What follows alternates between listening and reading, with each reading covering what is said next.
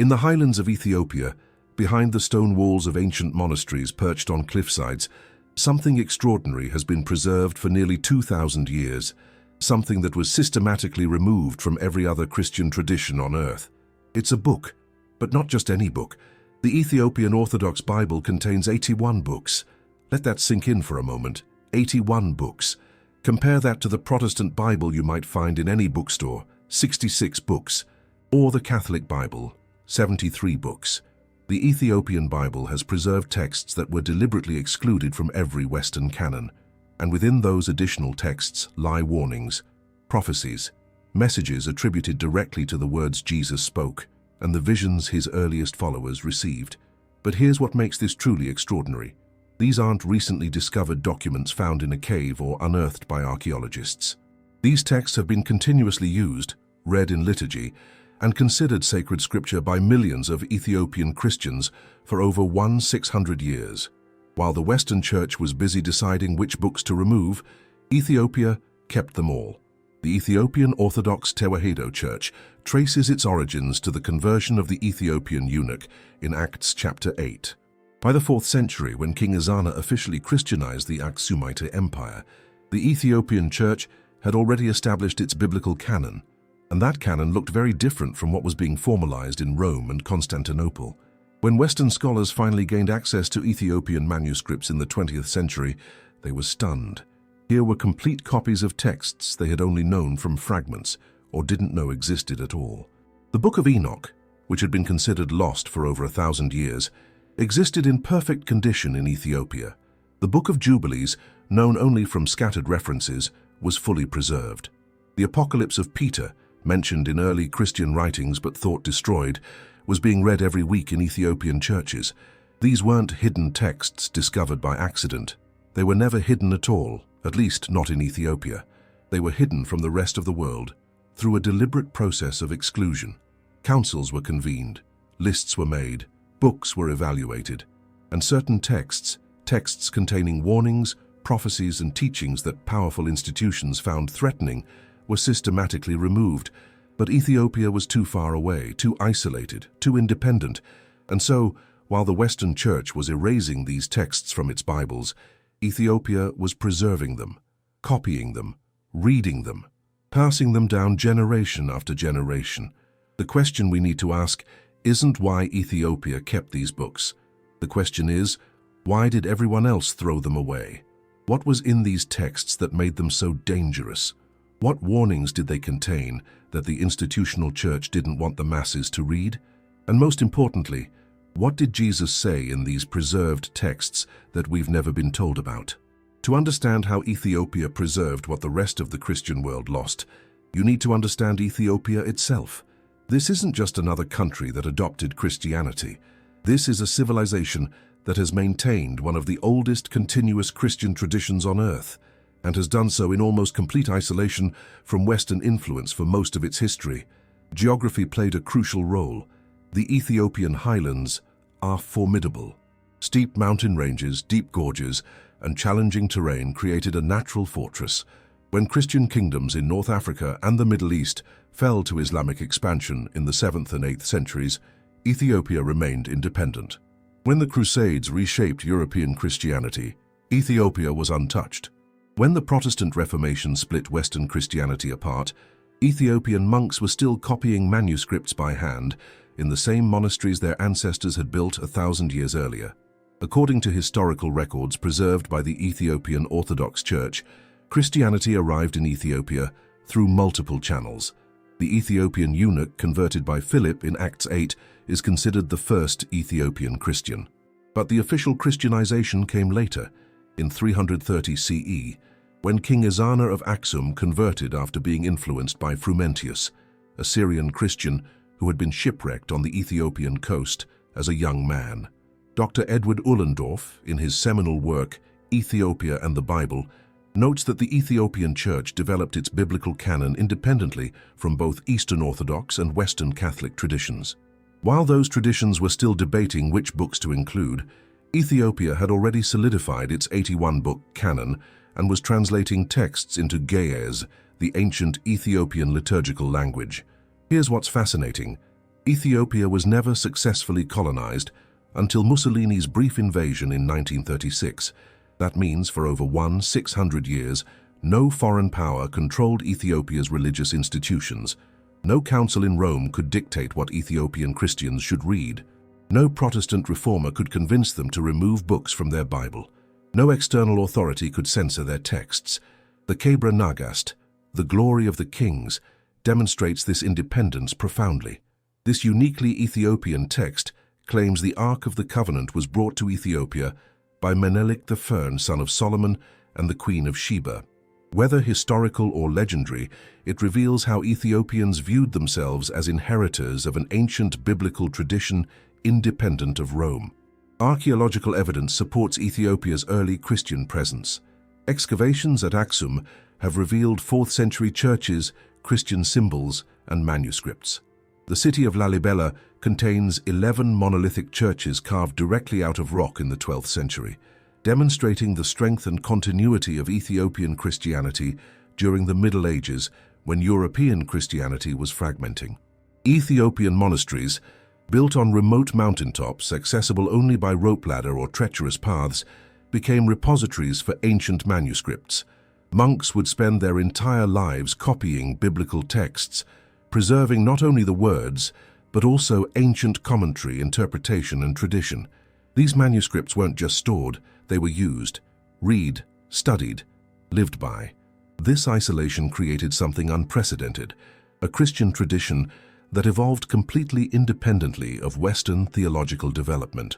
While Western Christianity was going through the Nicene Creed, the Great Schism, the Inquisition, the Reformation, and the Counter-Reformation, Ethiopian Christianity remained stable, continuous, and textually conservative. When Western scholars finally began studying Ethiopian manuscripts in the 19th and 20th centuries, they realized they were looking at a time capsule. These texts represented what early Christianity looked like before councils decided what was acceptable and what wasn't, before political considerations shaped biblical canons, before institutional power determined which prophecies were too dangerous to preserve. Ethiopia didn't just preserve extra books. Ethiopia preserved an alternative version of Christianity, one that never went through the filtering process that shaped Western Bibles. What you're discovering right now isn't found in any Sunday school lesson. These are historical facts, preserved in ancient manuscripts, that challenge everything we were taught. And if you're feeling that rush of clarity, that sense that pieces are finally falling into place, you're ready for what I've prepared. A powerful digital book. Why did the apostles hide Jesus' most dangerous words?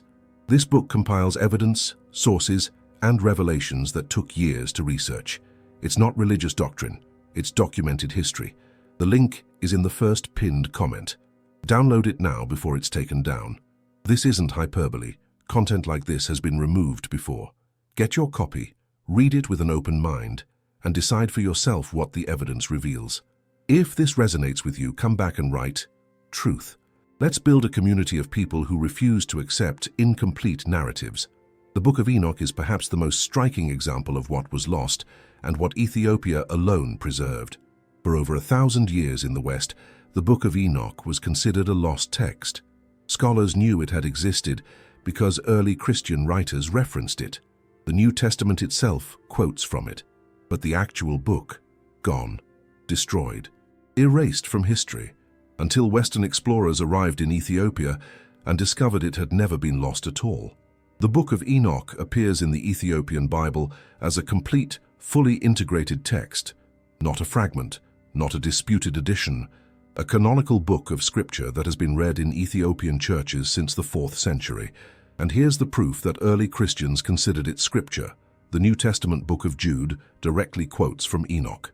Jude 1:14-15 states, Enoch, the seventh from Adam, prophesied about them. See, the Lord is coming with thousands upon thousands of his holy ones to judge everyone. This is a direct citation from 1 Enoch 1:9. The apostles knew this text. They considered it authoritative. They quoted it as prophecy. When the Dead Sea Scrolls were discovered in 1947, fragments of the Book of Enoch, written in Aramaic, were found among the manuscripts. Dr. James Vanderkam, one of the leading scholars on Enoch, confirmed through paleographic analysis that these fragments dated to the 3rd to 2nd centuries BCE. This proved beyond doubt that Enoch wasn't some medieval fabrication. It was an ancient Jewish text that predated Christianity itself. So why was it removed from Western Bibles? The Book of Enoch contains uncomfortable content. It describes in explicit detail how angels, called watchers, rebelled against God, descended to earth and taught humanity forbidden knowledge. It names these fallen angels. It describes their sins. It explains the origin of demons as the disembodied spirits of the giants born from the union of angels and human women. According to research by Dr. Michael A. Koenig of Oxford University, who produced the definitive English translation of the Ethiopian Enoch, the book was likely excluded during the 4th century councils because it presented theological problems.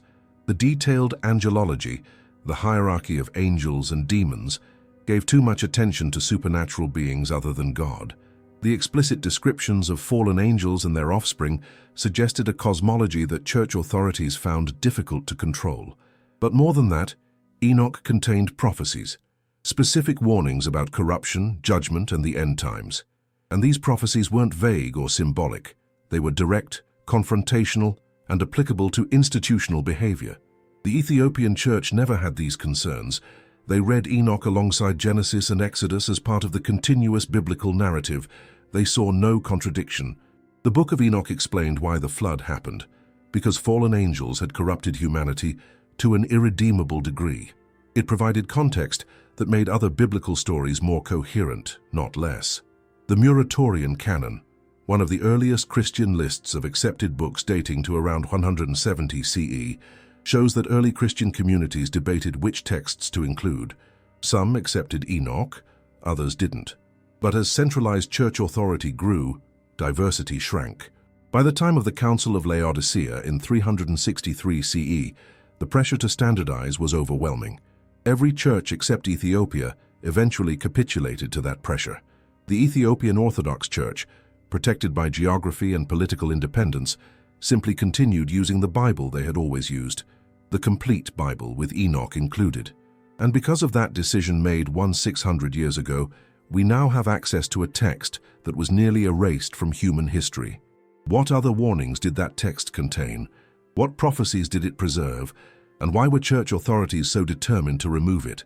This specific revelation is explored in depth in Why Did the Apostles Hide Jesus' Most Dangerous Words?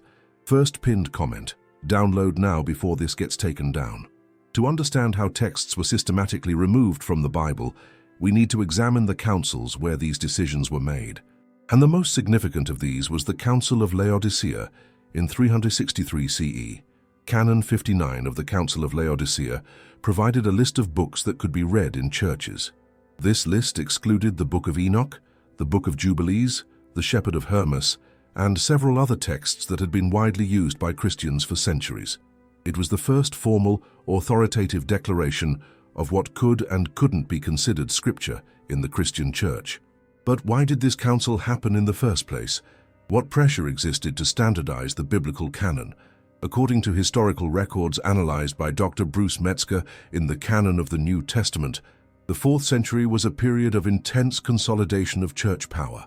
Constantine had legalized Christianity in 313 CE with the Edict of Milan.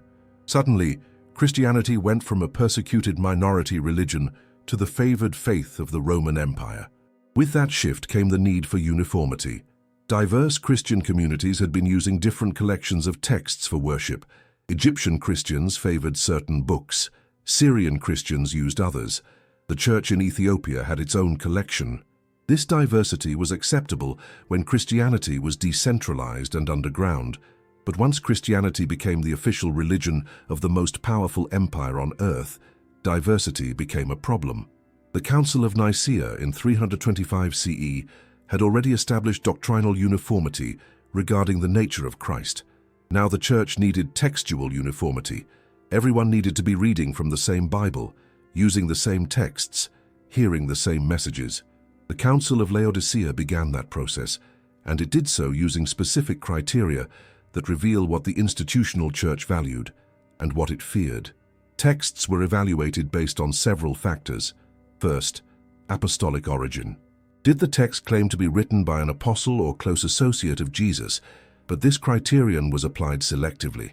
The Gospel of Thomas, which claimed apostolic authorship, was rejected. The Book of Enoch, which predated Christianity, was rejected. Yet the Book of Hebrews, whose authorship was disputed even in the 4th century, was accepted. Second, widespread use. Did most churches already use this text? But again, selective application. The Shepherd of Hermas was used widely throughout the Christian world in the 2nd and 3rd centuries. Origen, Irenaeus, and Tertullian all quoted it as authoritative, yet it was excluded. Third, doctrinal consistency. Did the text align with emerging Orthodox theology? This was the real criterion. Texts that presented uncomfortable ideas about angels, demons, prophecy, or institutional authority were systematically excluded. Dr. Bart Ehrman, in his analysis of canon formation, notes that the excluded texts shared common characteristics. They emphasized personal spiritual experience over institutional authority, contained detailed eschatological prophecies that could be used to judge current church leadership, or provided cosmological explanations that didn't align with simplified official doctrine. The Council of Carthage in 397 CE finalized this process. The canon was closed. The 27 books of the New Testament we know today were declared authoritative. Everything else was declared apocryphal, literally meaning hidden or obscure, but functionally meaning forbidden. Manuscripts of excluded texts were actively destroyed. Possessing them could be considered heresy. Over the following centuries, most copies disappeared. The texts weren't just removed from the Bible, they were removed from existence, except in Ethiopia. The Ethiopian church wasn't represented at the Council of Laodicea. They weren't at the Council of Carthage. They weren't subject to Roman ecclesiastical authority. So when these councils declared certain texts forbidden, Ethiopian Christians simply continued using their existing biblical canon, the one they had been using for centuries, which included Enoch, Jubilees, and other texts the Western Church was actively destroying. This wasn't defiance, it was independence. Ethiopia maintained its own theological tradition, unconcerned with Roman definitions of orthodoxy. And because of that independence, we can now compare what was kept with what was thrown away, and ask ourselves, what did the excluded texts contain that made them so dangerous to institutional power? Listen, I need to be direct with you. This information isn't going to stay available forever. The ebook, Why Did the Apostles Hide Jesus' Most Dangerous Words?, has already been flagged multiple times. If you want access to the complete research, every source, every document, every hidden connection, download it now. First pinned comment, don't wait until it's too late. If the Book of Enoch was considered dangerous because of its angelology, the Book of Jubilees was dangerous because of its chronology, and what that chronology revealed about divine intervention in human history. The Book of Jubilees, preserved in full only in the Ethiopian Bible, presents itself as a revelation given to Moses on Mount Sinai by the angel of the presence. It retells the narratives of Genesis and the first part of Exodus, but with extraordinary additional detail. Dates are given with precision, not just years but Jubilee cycles, 49-year periods, and exact days. But it's not just a chronological retelling. Jubilees contains revelations about the spiritual warfare happening behind human history.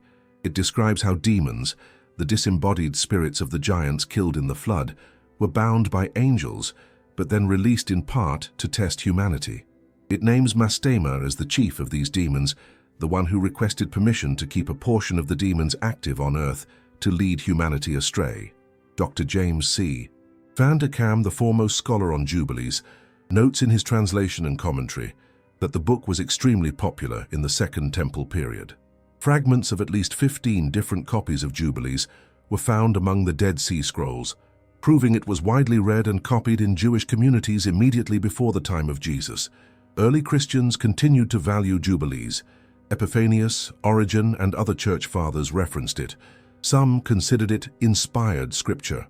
Yet by the 4th century, it was being excluded from biblical canons, everywhere except Ethiopia. Why? The Book of Jubilees contains explicit warnings about calendar manipulation and false teaching. It insists on the original 364-day solar calendar revealed to Enoch, warning that deviation from this divinely ordained calendar would lead people to forget the appointed times and celebrate feasts on wrong days, thus invalidating their worship. This was incendiary. By the 4th century, the Church had adopted the Julian calendar and established its own liturgical calendar. Jubilees suggested this was a deviation from divine instruction, that human authorities had altered God's ordained system. But more than calendar disputes, Jubilees contained eschatological prophecies. Chapter 23 describes the signs of the end times: confusion, strife, children dishonoring parents, moral decay, and, most significantly, religious leaders leading people astray. According to the text, in those days children will begin to study the laws and to seek the commandments, and to return to the path of righteousness. This prophesied spiritual awakening would happen independent of institutional religious authority. People would seek truth directly. They would study sacred texts themselves. They would reject corrupt leadership. For a church consolidating its power and establishing itself as the sole mediator between God and humanity, this was an unacceptable message. The Ethiopian Church, reading Jubilees in its liturgy, preserved a different theological vision, one where God intervened directly in human affairs, where demons actively worked to corrupt humanity, where calendar and timing mattered precisely, and where individual seekers could access divine truth without institutional mediation. When Western scholars finally gained access to Ethiopian manuscripts of Jubilees in the 19th century, they were stunned by how much contextual information had been lost. The book explained gaps in the Genesis narrative. It provided motivations for characters whose actions seemed random in the canonical text. It revealed a cosmic struggle between good and evil that the simplified canonical narrative had obscured. Ethiopian Christians had never experienced this loss. They had always known the fuller story because they had never allowed it to be taken from them. The Book of Jubilees wasn't just a chronology. It was a warning about institutional corruption, calendar manipulation, and the ultimate vindication of those who seek truth independently. No wonder it was removed everywhere, except the one Christian tradition that remained independent of Roman ecclesiastical control. People who've read Why Did the Apostles Hide Jesus' Most Dangerous Words keep telling me the same thing. I wish I'd found this years ago. Don't be the person who waits. First pinned comment. Download now, join the awakening, and if you've already read it, comment truth and share one thing that shocked you most. Now we arrive at the heart of what was preserved and what was hidden, the warnings Jesus himself gave about those who would corrupt his teachings. The Epistle of Enoch, chapters 91-104 of Word Enoch, contains some of the most direct and confrontational prophetic warnings in ancient religious literature. And while we cannot definitively say Jesus quoted these specific passages, we can establish something crucial. Jesus and his disciples knew this text, considered it authoritative, and Jesus' own warnings in the canonical Gospels mirror the themes and language found in Enoch. 1 Enoch 94, 6-7 states, "Woe to those who build their houses with sin. Thrice woe to those who build unrighteousness and oppression, and lay deceit as a foundation." Compare this to Jesus in Matthew 7:24-27, the parable of building houses on rock versus sand. The theme is identical. Those who build on corrupt foundations will face catastrophic collapse. But the Epistle of Enoch goes further. It names specific corruptions. Woe to those who write down false testimony and to those who write injustice. They will write books to corrupt and twist the words of truth. 1 Enoch 98:15-104-10. Dr. George W. E. Nicholsberg, in his comprehensive commentary on 1 Enoch, notes that these passages specifically target religious authorities who alter sacred texts or provide false interpretations that serve their own interests rather than truth. The text describes a pattern. Leaders gain authority, then gradually corrupt the teachings they're supposed to preserve, leading people away from authentic understanding. Now consider Jesus' warnings in the canonical Gospels. Matthew 7:15. Watch out for false prophets. They come to you in sheep's clothing, but inwardly they are ferocious wolves. Matthew 23 is an entire chapter of condemnation directed at religious leaders, calling them hypocrites, blind guides, whitewashed tombs. Most strikingly, Matthew 24:11. Many false prophets will appear and deceive many people. This isn't a warning about obvious outsiders. It's a warning about those within the religious establishment who will claim authority while teaching falsehood.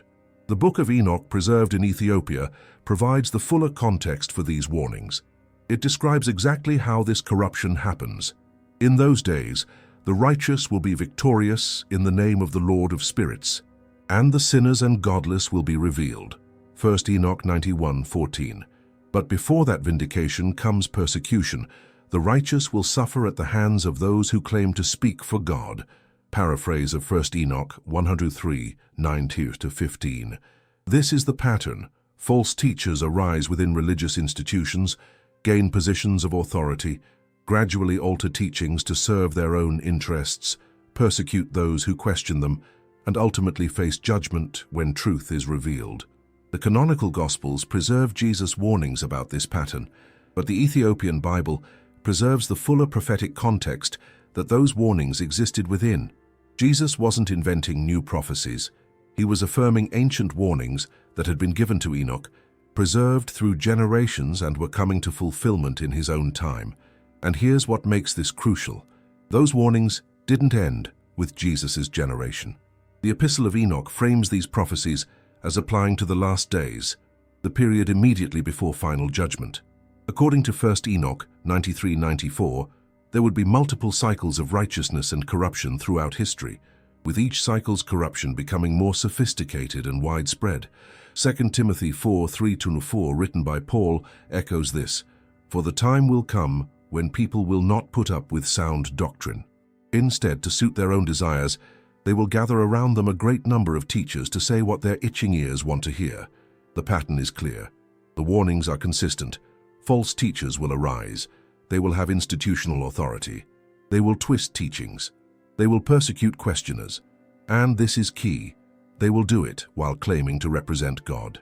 Ethiopian Christians, reading both the canonical warnings and the fuller Enochic prophecies, had a complete picture. Western Christians, reading only the canonical texts, had warnings without context. What else was lost when Enoch was removed? What other connections were severed? What fuller understanding did centuries of Christians miss because church councils decided this ancient prophetic text was too dangerous to preserve? Everything I just revealed. That's chapter 3 of the ebook. Why did the apostles hide Jesus' most dangerous words? Link in the first pinned comment. There are 12 more chapters waiting for you. The Apocalypse of Peter represents one of the most controversial exclusions from the Western biblical canon, a text that was widely accepted as scripture by early Christians, only to be systematically removed and nearly destroyed. This text exists in two versions, an Ethiopic version preserved in the Ethiopian Bible and a Greek fragment discovered in Akhmim, Egypt in 1886-1887. The fact that an early Christian community in Egypt buried a copy with their dead demonstrates how highly they valued it, important enough to accompany someone into eternity. The Muratorian canon, dating to approximately 170 CE, explicitly lists the Apocalypse of Peter among accepted New Testament books, though it notes that some of us do not want it read in church. This is crucial evidence. In the 2nd century, this text was considered scripture by many Christian communities, read alongside the Gospels and Paul's letters. So, what does the Apocalypse of Peter contain? According to the text, Peter receives a vision while on the Mount of Olives with Jesus and the other disciples. Jesus shows Peter the fate of the righteous and the wicked after death, detailed descriptions of paradise and punishment. The righteous inhabit a place of beauty, light, and peace, where the air of that place is illuminated by the rays of the sun, and the earth itself blooms with unfading flowers. The wicked face consequences that correspond directly to their sins. The vision is specific and direct. Blasphemers hang by their tongues over eternal fire. Those who persecuted the righteous are consumed by worms that never die. Those who twisted justice are cast into darkness. Those who committed sexual immorality face torments reflecting their choices. And most provocatively, those who claimed religious authority but led people astray receive the severest condemnation, their punishment witnessed by those they deceived. Dr. Jan N. Bremer, in his analysis of the Apocalypse of Peter, notes that the text held religious authorities directly accountable. Those who blaspheme the way of righteousness face judgment. Those who persecute the righteous and betray them face consequences. Most significantly, Those who lead others into error while claiming to teach truth are condemned before all. Compare this to the Apocalypse of John, the Book of Revelation, which made it into the canon. Revelation is filled with symbolism: beasts, dragons, 7 seals, mysterious numbers. Interpretation is required. Authorities can control interpretation. The Apocalypse of Peter is direct. No complex symbolism. No numerology requiring expert interpretation, just clear statements. These behaviors lead to this judgment. No room for authorities to soften the message or redirect it away from institutional critique. Furthermore, the Apocalypse of Peter includes something the canonical Book of Revelation doesn't emphasize: a vision of ultimate reconciliation. In the Ethiopian version, after describing judgment, the text suggests that the righteous will petition God for mercy for the wicked, and that mercy will be granted to many. This introduces theological complexity. Judgment isn't simple eternal punishment, but a process involving intercession and divine mercy. For a church developing standardized doctrine about heaven, hell, and final judgment, this theological complexity was problematic. Simple, clear teachings are easier to control. Nuanced teachings invite questions, debate, and individual interpretation. The Ethiopic text also includes passages where Jesus explains to Peter that these visions are being shown so that Peter can warn others, not to inspire fear, but to inspire righteousness.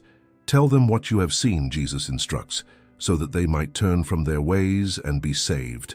This is a text designed to inspire moral behavior through revelation of consequences. It empowers the reader with direct knowledge of divine justice. No priestly mediator is needed to explain it. No complex theological framework is required to understand it. See the vision. Understand the principle. Change your behavior. When the Greek fragment was discovered in Egypt in 1886, scholars realized that the Ethiopian Church had preserved yet another text that the West had tried to erase. How many people across 15 centuries missed these warnings because councils decided they were too dangerous to include? Here's what readers tell me happens. First, denial. This can't be real. Then, curiosity. Let me check the sources. Finally, clarity. Everything makes sense now. Why did the apostles hide Jesus' most dangerous words? We'll take you through that journey. Link below. Start chapter 1 tonight. The opening chapters of 1st Enoch contain what might be the most relevant vision for understanding our current moment, a revelation of the final separation between those who seek truth and those who embrace deception. 1 Enoch chapters 1-5 present themselves as a vision given to Enoch concerning the last days. The text is explicit. This is the blessing with which Enoch blessed the elect and righteous who will exist on the day of tribulation, when all the wicked and impious will be removed. 1 Enoch, or 1:1. Dr. Michael A. Nibb's authoritative translation from the Ethiopic emphasizes something crucial about this passage. The prediction isn't about people who were born righteous versus wicked. It's about those who choose righteousness when faced with deception versus those who choose to embrace lies even when truth is available. The text describes the elect ones as those who understand wisdom and understand all the words of this book. 1 Enoch 5:8. This isn't describing an intellectual elite. It's describing people who actively seek truth, who study for themselves, who refuse to accept teaching without examining it. Conversely, the sinners and godless are described as those who alter and corrupt the eternal law and lead astray those seeking truth. 1 Enoch 99:2. These aren't outsiders to the religious community. They're insiders, leaders, teachers, those with authority. The vision outlines specific signs of these end times. According to 1 Enoch 91:93, the apocalypse of weeks, human history progresses through distinct periods, culminating in a final generation characterized by widespread apostasy, truth becoming obscured by false teaching, the righteous being persecuted, and eventually a great revelation where the truth which had been hidden will be made manifest to all. Sound familiar? Now consider how relevant this became to the councils that excluded this text. If your institution is consolidating power, standardizing doctrine, eliminating diverse interpretations, and punishing those who question, and you encounter a foresight that describes exactly that pattern as a sign of end times corruption, What do you do with that text? You remove it. The Ethiopian church, reading Enoch alongside canonical scripture, had a framework for understanding institutional corruption within religious structures. They could recognize the pattern: authorities claiming to represent God while actually serving their own interests. Western Christianity, having excluded Enoch, lost that framework. When corruption appeared within church institutions, and throughout history it repeatedly did, there was no prophetic language to name it, no biblical precedent to reference, no ancient warning to point back to. But here's what makes this revelation particularly relevant to our moment. 1 Enoch 1:04, 9-13 describes a final generation who will have access to all the books and will be able to read and understand for themselves. The prediction suggests that in the last days, hidden texts will be discovered, lost teachings will be recovered, and people will be able to compare what they were told with what ancient sources actually say. We're living in that moment. The Nag Hammadi Library was discovered in 1945, the Dead Sea Scrolls in 1947. Ethiopian manuscripts became accessible to Western scholars in the 20th century. For the first time in over 500 years, ordinary people can read the texts that councils tried to erase. We can compare what we were taught with what ancient sources actually contain. According to the Enochic foresight, this access to hidden truth is itself a sign of the end times, not the end of the world, but the end of an age of deception. The vision suggests that when truth becomes accessible, a great separation occurs. Those who love truth will embrace it regardless of what authorities say. Those who prefer comfortable lies will reject it regardless of the evidence. The question facing each person isn't complicated. When confronted with evidence that challenges what you were taught, do you examine that evidence honestly, or do you retreat into approved narratives? That choice, according to Enoch's ancient revelation, is the defining choice of this generation. Stop watching. Go download the ebook. Why did the apostles hide Jesus' most dangerous words? First pinned comment. Then come back and finish this video. I'll wait. These visions we've examined, warnings about false teachers, detailed accounts of judgment, predictions about end times corruption, weren't just spiritually profound. They were politically dangerous. And that brings us to the uncomfortable question we need to address directly. Let's be clear about why these texts were excluded. It wasn't primarily about theology, it was about power. The texts preserved in the Ethiopian Bible share a common characteristic. They all promote the idea that individuals can access divine truth directly without institutional mediation. And that idea is fundamentally threatening to any religious institution that claims to be the sole legitimate intermediary between God and humanity. Dr. Elaine Pagels, in her groundbreaking work, The Gnostic Gospels, analyzed a parallel phenomenon with the Nag Hammadi texts discovered in Egypt in 1945. While those texts are different from the Ethiopian biblical books, Pagels identified the same pattern.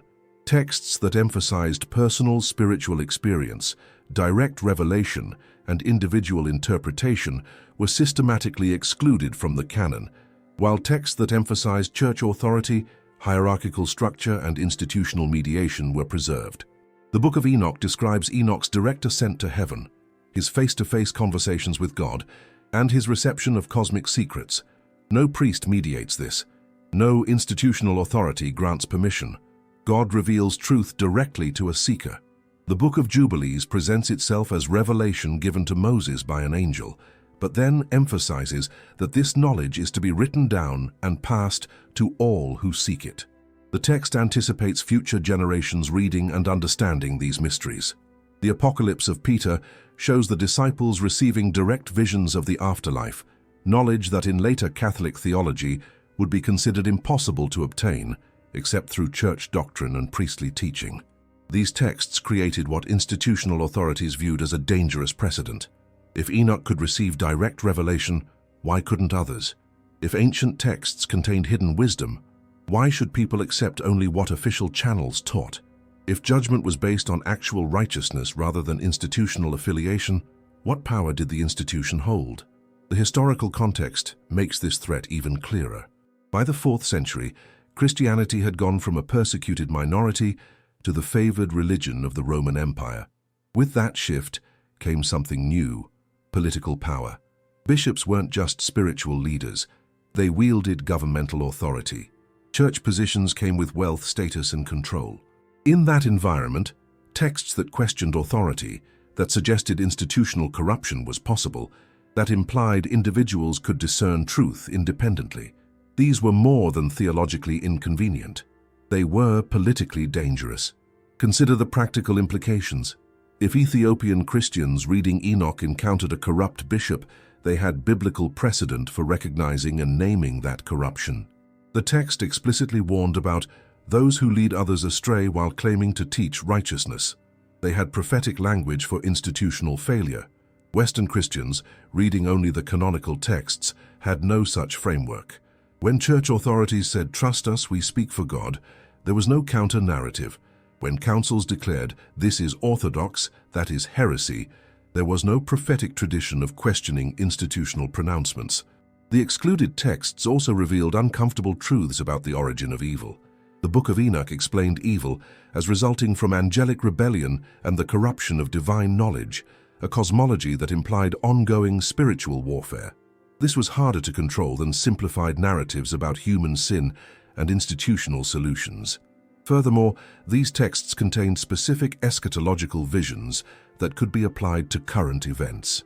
Every generation encountering corruption could read Enoch's warnings and think, "This is describing what's happening now." That made the texts perpetually relevant and perpetually dangerous to any institution exhibiting the behaviors the texts condemned. Ethiopia, maintaining political and religious independence, never faced the pressure to suppress these texts. They could read about institutional corruption without threatening their own institutions. Because their institutions weren't built on the Roman model of centralized hierarchical control. The result? Ethiopian Christianity preserved a more complete, more complex, and more empowering version of the biblical narrative, one that trusted individuals to handle difficult truths and make their own judgments about who truly spoke for God. Where are you watching from? Why Did the Apostles Hide Jesus' Most Dangerous Words? Has been downloaded in 89 countries so far. Add yours to the list. Drop your location below after downloading. First pinned comment for the link. Now we arrive at the most important question. What warnings did Jesus give that are specifically relevant to our current moment? And how do the texts preserved in Ethiopia illuminate those warnings? In Matthew 24, Jesus provides signs of the end times. Verse 4 is striking. Watch out that no one deceives you. Not wars, not natural disasters. The first warning is about deception. Jesus continues in verse 11, "Many false prophets will appear and deceive many people." And in verse 24, "False messiahs and false prophets will appear and perform great signs and wonders to deceive, if possible, even the elect." The emphasis is unmistakable. The primary threat in the last days isn't external persecution, it's internal deception. It's false teachers within the religious community leading people astray. The texts preserved in Ethiopia provide the fuller context for understanding this warning. The Epistle of Enoch, 1 Enoch 91, 1-4, describes the pattern. "In the days of sin and unrighteousness, there will be many who say peace when there is no peace." Paraphrase of 1 Enoch 99:15. Religious leaders will promise security while actually leading people into spiritual danger.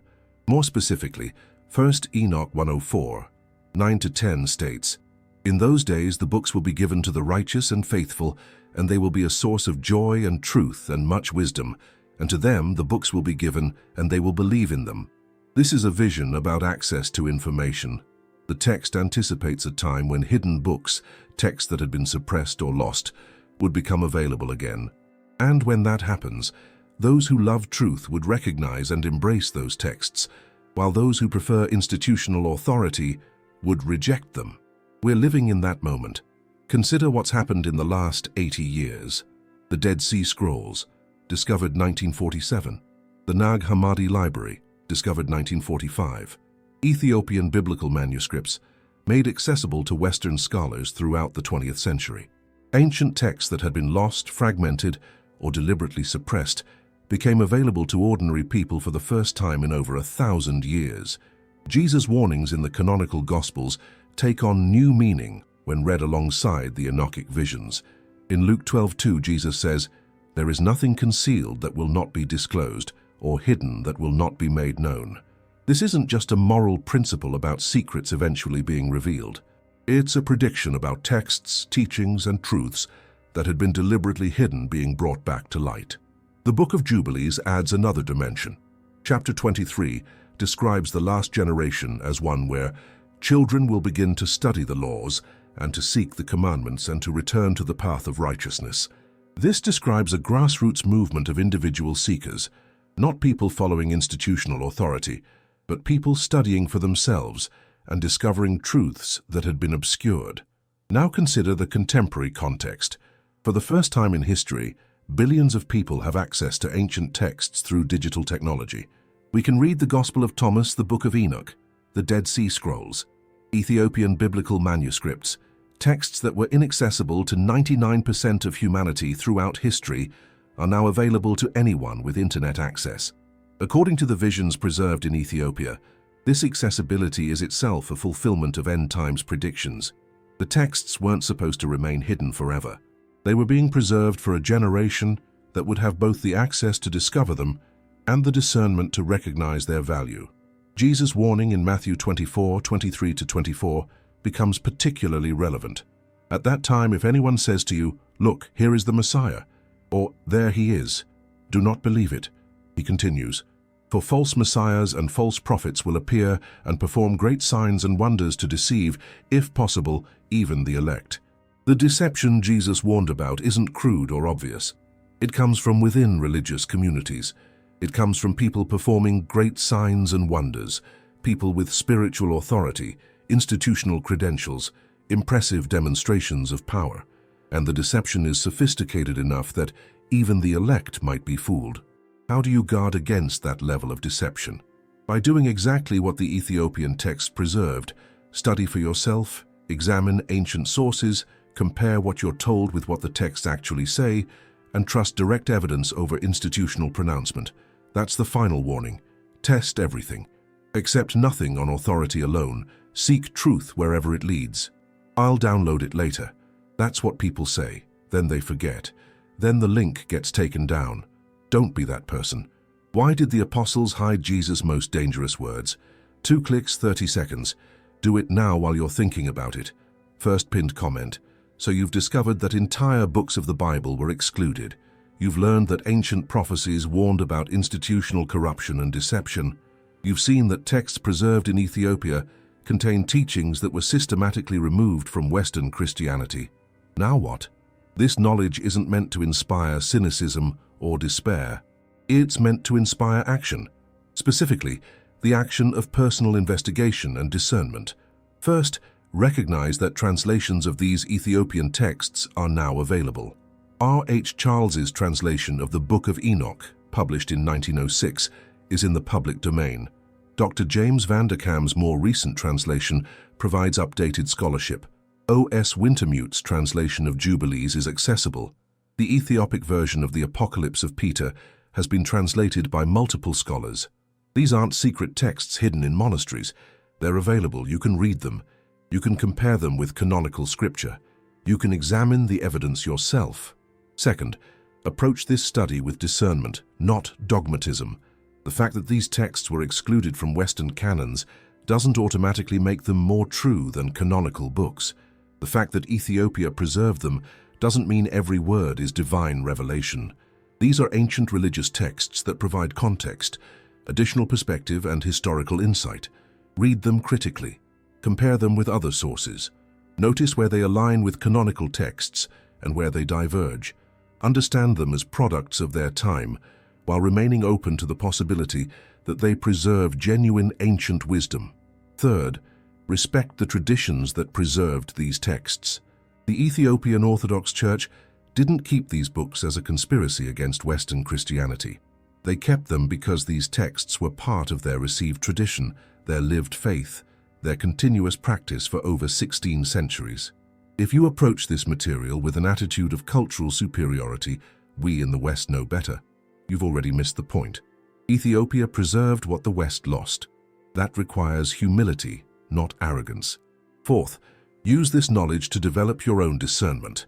The pattern these texts reveal, institutional authorities suppressing information, controlling narratives, and presenting incomplete pictures, isn't limited to ancient history. That pattern continues. Whenever someone says, "Don't read that, it's heretical," ask why. Whenever an authority figure says, "Only we can interpret this correctly," examine their interpretation against the source material. Whenever you're told these questions are forbidden, that's precisely when questions become most necessary. Fifth, share what you learn, but do so constructively. The goal isn't to tear down people's faith. The goal is to expand understanding. Many people find that discovering these texts deepens their faith rather than undermining it. The biblical narrative becomes richer, more complex, more textured.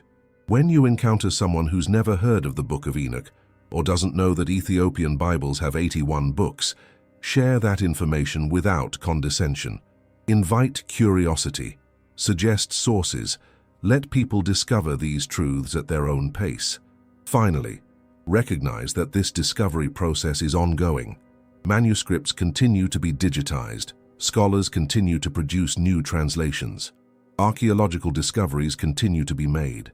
What we know today about these ancient texts is more than any previous generation knew, and future generations will know even more.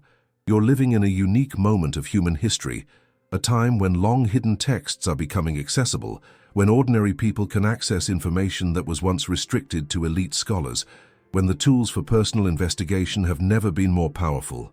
Use them. Question everything. Seek truth. Trust evidence. And refuse to let anyone, religious authority, academic expert, or internet commentator, tell you what you should think before you've examined the sources yourself. Last reminder, why did the apostles hide Jesus' most dangerous words? First pinned comment. Don't leave without it.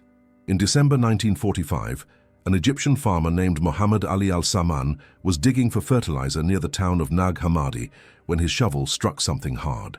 Inside a sealed jar, he found 13 leather-bound codices containing 52 texts, Gnostic Gospels, apocalypses, and wisdom literature that hadn't been seen in over 600 years. 2 years later, in 1947, a Bedouin shepherd threw a rock into a cave near Qumran and heard pottery break.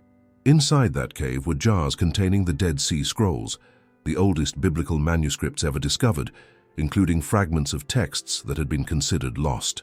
Throughout the 20th century, Ethiopian monasteries began opening their manuscript collections to Western scholars. Texts that had been continuously used for worship but were unknown to the academic world suddenly became available for study. This pattern reveals something profound. The truth cannot be permanently suppressed. No matter how thoroughly texts are destroyed, no matter how completely historical records are erased, no matter how effectively narratives are controlled, eventually evidence resurfaces. We're living in an unprecedented moment of recovery and revelation. Technology has accelerated this process exponentially. Manuscripts that once required travel to remote monasteries can now be viewed online. Translations that took decades to produce can now be accessed instantly. Comparative analysis that would have required a lifetime of scholarship can now be done in hours. The prophecies preserved in the Ethiopian Bible anticipated this moment. 1 Enoch 104:12-13 states, "Now I know this mystery, that sinners will alter and copy the words of truth and change many things, and write books in their own names. But when they write down my words exactly, and do not change them, but write down everything exactly as I testified to them in the beginning, I know another mystery, that books will be given to the righteous and wise, and will be a source of joy and truth and great wisdom." This is a prophecy about textual transmission and recovery. The text acknowledges that corruption will occur, that teachings will be altered, books will be written to support false doctrines, truth will be obscured.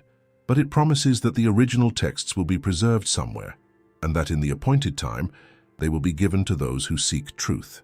Ethiopia was that somewhere. For over 16 centuries, while the West was destroying manuscripts and standardizing canons, Ethiopia was copying, preserving, and reading the fuller biblical narrative.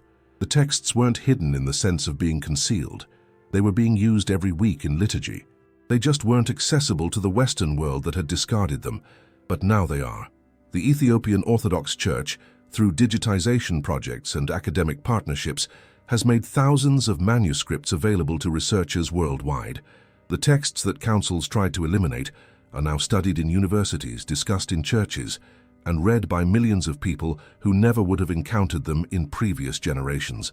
This isn't the end of the process, it's the beginning. There are still thousands of unexamined manuscripts in Ethiopian monasteries. There are still caves near the Dead Sea that haven't been fully explored. There are still ancient libraries waiting to be discovered. But more importantly, there are millions of people who are just now discovering that the Bible they were taught was incomplete. That texts exist which provide context, clarity, and confirmation for questions they've always had. That ancient prophecies describe the exact patterns of deception and corruption they've been witnessing. The question isn't whether truth will be revealed. Prophecy guarantees it will. The question is whether you'll be among those who seek it when it's revealed or among those who reject it because it challenges what you were taught. In the words preserved in 1 Enoch 1:13, "To the faithful he will give faithfulness in the dwelling places of righteousness, and they will see those born into darkness being cast into darkness, while the righteous appear in light." The truth is being revealed right now, in this generation. The only question is, what will you do with it? If you made it this far, you're exactly the kind of person this channel exists for. 3 things before you go. First, download Why Did the Apostles Hide Jesus' Most Dangerous Words? If you haven't already. This isn't a pitch. This is essential context for everything we discuss here. First pinned comment, get your copy now. Second, subscribe and hit the bell icon. Next video, the Gospel of Mary Magdalene, what the disciples tried to hide about Jesus' closest companion. You won't want to miss it. Third, consider becoming a member. The ebook is powerful, but membership gives you access to research, sources, and discussions we can never make fully public. Our inner circle is already connecting dots most people will never see. Join us by clicking join below. Thanks for watching. Write truth if this resonated. See you in the next investigation.